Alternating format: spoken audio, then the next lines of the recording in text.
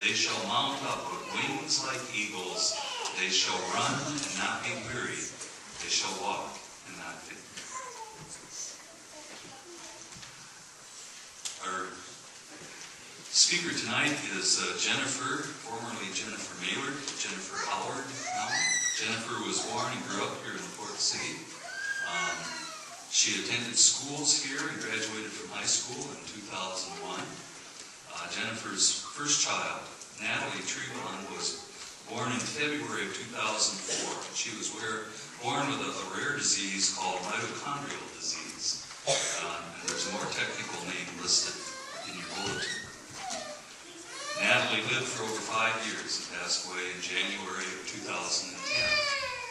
Jennifer married Brandon Howard in 2007, and Brandon and Jennifer live here in LaPorte City. She currently works at Thriftway and takes care of their daughter, Allison. And Jennifer's talk tonight is entitled, Send Me to Heaven. And in Jennifer's comments about her talk, she said, a child influences many parents, but here's my story about my journey with Natalie and how she strengthened my faith. So at this time, we'll invite Jennifer.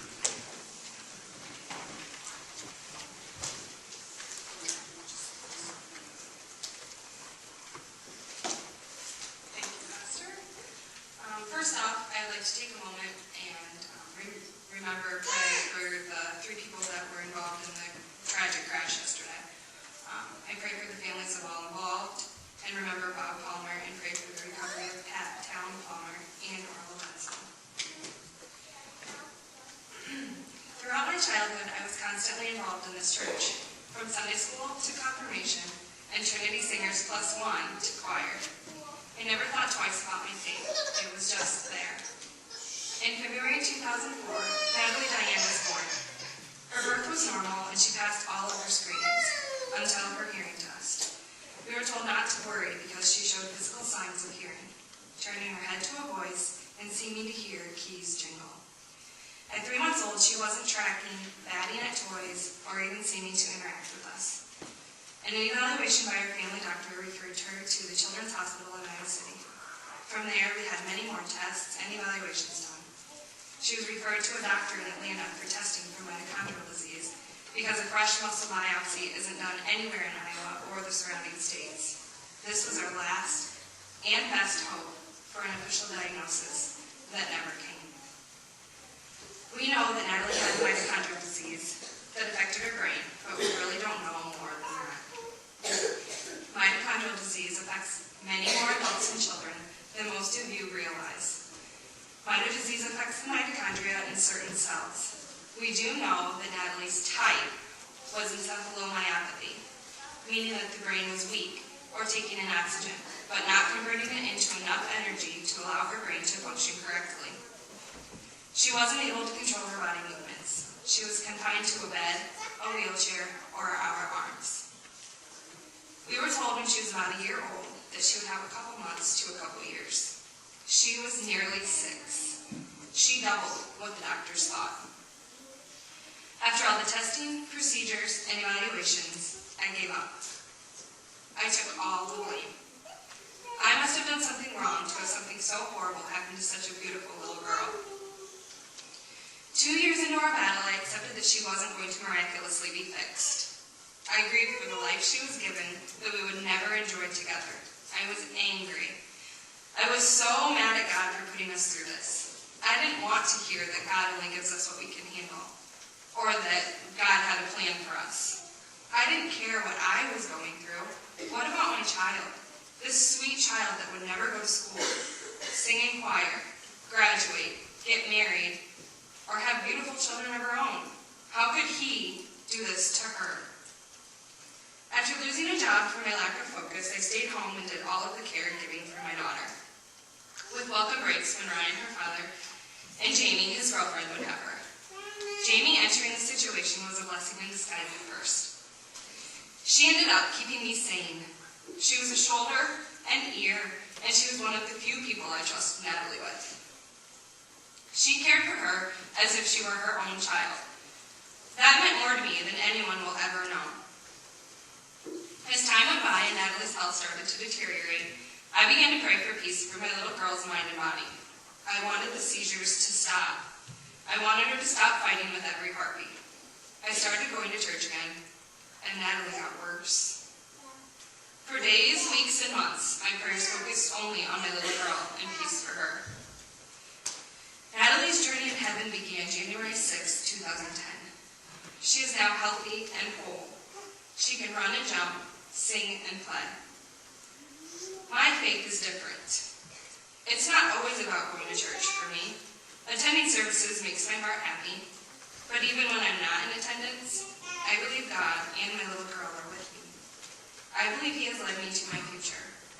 He has helped me see that there isn't always a cure, and that sometimes He takes what means the most to us so that we can give that love to all others.